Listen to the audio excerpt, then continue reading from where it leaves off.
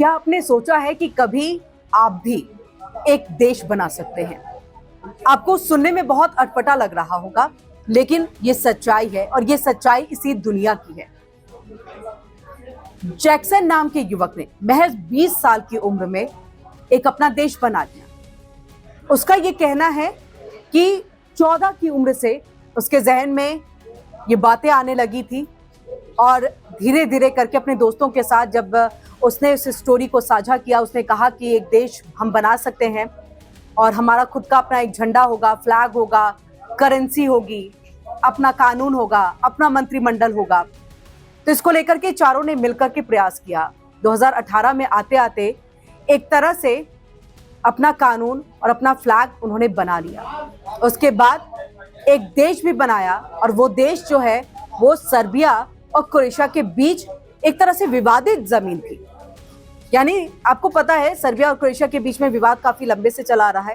ऐसे में जो बीच का जो विवादित एरिया था वहां पर एक जमीन थी महज 125 एकड़ या फिर इससे भी कम। पॉकेट 3 के नाम से उसे जाना जाता है। स्टिल अभी भी पॉकेट 3 के ही नाम से जानते हैं। जब आप मैप में जाएंगे तो पॉकेट 3 के नाम से उसको देखेंगे। उस जगह को वेडिस नाम दिया। वेडिस नाम से जो है उसको एक देश जो है डेनियल जैक्सन ने बनाया। और ऐसे में देखिए, अब आपको लग रहा होगा कि जैक्सन है कौन। तो ये जैक्सन है और ये फ्लैग है। ये जैक्सन जिन्होंने अपने दोस्तों के साथ मिलकर के 20 साल की महज उम्र में जो है इस देश को बनाया। और कहते हैं जैक्सन ये कहते हुए दिखाई देता है कि बहुत ही बेहतरीन हमारा मंत्रिमंडल है। और जैसे अगर कहे कि 18 साल की उम्र में देखिए कानून बनाया, एक झंडा बनाया और भाषा के तौर पर अंग्रेजी, क्रोएशियाई भाषा और सर्बियाई भाषा, इन 3 भाषाओं को जो है अपने देश में उसने लागू कर दिया और मुद्रा के रूप में यूरो को जो है मान्यता दी है। अब ऐसे में देखिए महज 20 साल की उम्र में अपने सपने को साकार डेनियल ने यहाँ पर किया। लेकिन उसके बाद क्रोएशिया की तरफ से जो है काफ़ी ज़्यादा दिक्कतें पेश आने लगी। डेनियल बताते हैं कि हमें 2023 में जो है वहाँ से निर्वासित कर दिया गया। और देखिए महज 4 नागरिकों के साथ इस देश की शुरुआत हुई थी और उसके बाद जाकर के 400 यहाँ पर नागरिक रहने लग गए थे। और डेनियल ये भी बताते हैं कि हम पूरी दुनिया में सबसे छोटे देशों में दूसरे नंबर पर आते हैं। पहले नंबर पर वेटिकन सिटी, उसके बाद हमारा ये देश आता है वेडिस। अब ऐसे में ये समझिए कि महज 400 नागरिकों के साथ ये देश जो है वो चलाया जा रहा था और महज 20 साल के राष्ट्रपति बन करके डेनियल इसको चला रहा था। क्रोएशिया की तरफ से इसको लेकर के जो है आपत्ति जाहिर की गई। फिर वहां पर अपने सैनिकों को भेज करके इन सबको जो है 2023 के अंदर में निर्वासित कर दिया गया।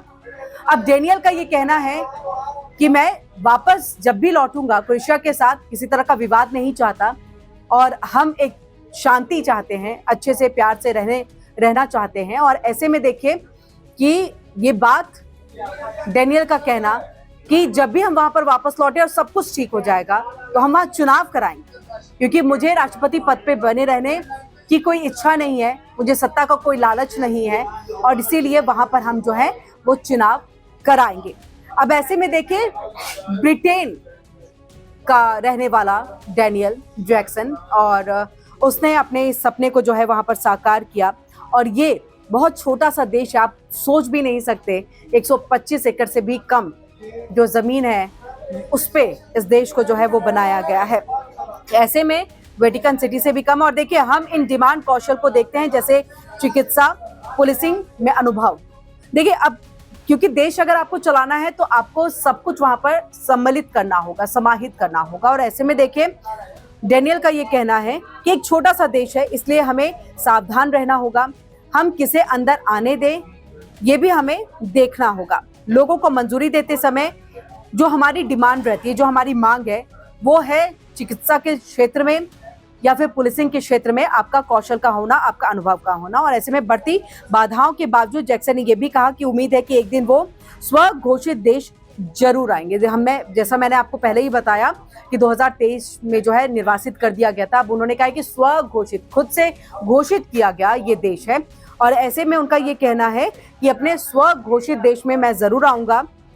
क्रोएशिया जमीन पर दावा नहीं करता, इसलिए हमारे पास इसे हासिल करने का एक अच्छा मौका है। क्रोएशिया इस जमीन पर, मैंने पहले ही आपको बताया था, पॉकेट 3 जो जमीन है 125 एकड़ से भी कम की ये जमीन है, उस पर किसी का दावा नहीं है और ऐसे में इस पर दावा जेनियल ने ठोक दिया और वेडिस में तरफ जो है हर तरफ जंगल ही जंगल है चारों तरफ, लेकिन यहाँ रहना एक जादुई एहसास दिलाता है। ये तमाम बातें करते हुए अपने मन की भावनाओं को यहाँ पर डेनियल ने जो है वो रखा है, लेकिन अपने आप में देखिए इस बात को जानना बहुत अहम हो जाता है और बहुत इंपॉर्टेंट भी है कि कैसे 14 साल की उम्र में आपके जहन में कोई बात आती है और दोस्तों के साथ मिलकर के 18 साल तक में आप कानून बनाने लगते हैं और 20 साल में यहाँ पर आते आते आप एक स्वघोषित देश भी बना डालते हैं।